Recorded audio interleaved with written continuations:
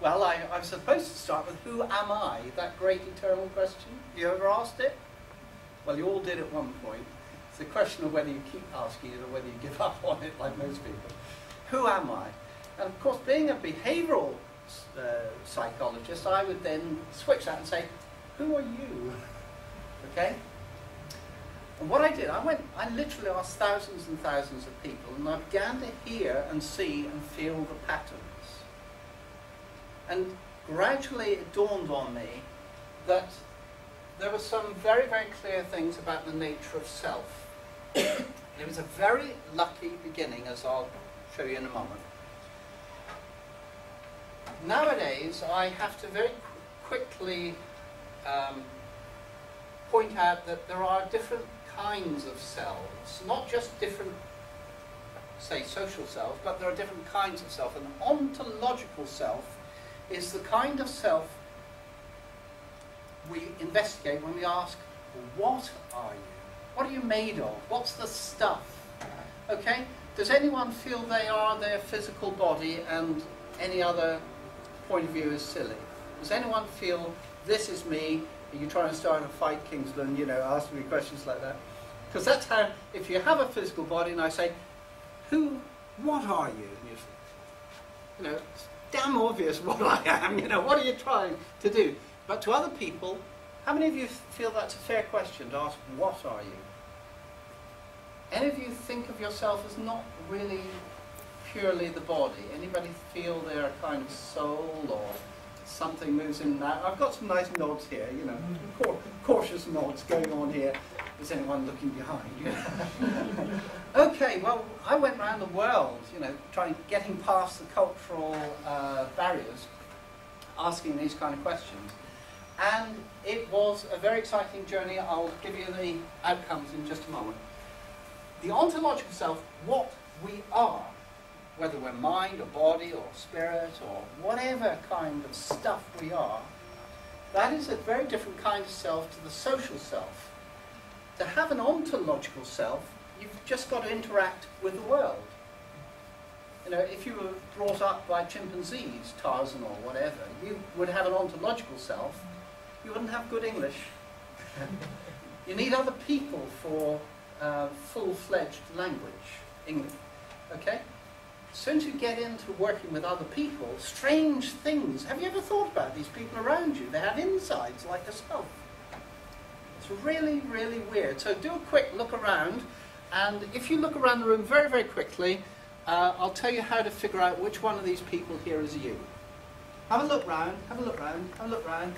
Everybody you see, every one of them's got a head on except you. Have a look. One without a head is you, okay?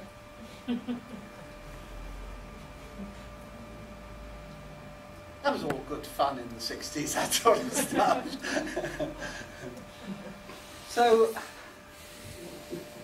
that's when we really, really got going on asking those kind of questions, more, you know, outside ordinary philosophical stuff on the street. But the social self is built up through not interacting with the world, but interacting with other people. And it's much more complex because other people have insides. Extreme autistic people don't get it. They have a system which does not permit, does not allow the understanding of what is sometimes called theory of self, that you have an inside just like I have. Okay? But then in various states of emotion, a lot of people are like that. They go totally autistic. Social self, much more elaborate, hugely more complex than the ontological self, but everything we find in the social self stems from the underlying ontological self. Now we are facing an extraordinary phenomena, the emergence of a third kind of self. Whereas the social self took maybe thousands, maybe hundreds of thousands of years to evolve as language. Instead of interacting with other people by virtue of being in company, what are we interacting with right now? Technology. Who's got a phone? Right? You've seen the kids phone each other across the playground? Have you ever been in a family where you're emailing people in the next room? My son emails me. My son's old, he's 38, he's just had his birthday. But he still wants me to email him stuff. He's just upstairs. Okay, it's a long way upstairs, but...